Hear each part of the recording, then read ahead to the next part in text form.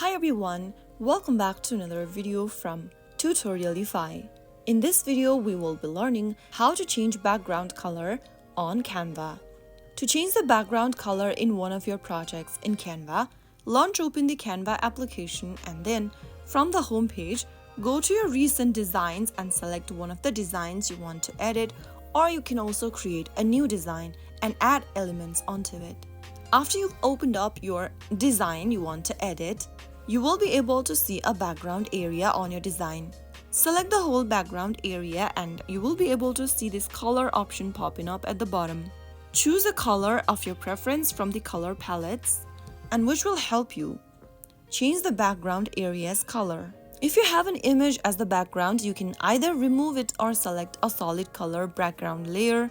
If you have a solid background, you can simply click on the color box and choose the color of your preference for your design. So that is how you will be able to change the background color on your Canva project. The new color will now be applied immediately to your background. I hope you found the video to be helpful. If you did, go ahead and give us a thumbs up. Don't forget to subscribe to the channel by hitting that subscribe button.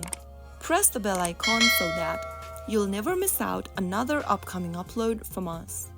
I will be back again in the next episode. Thank you for watching.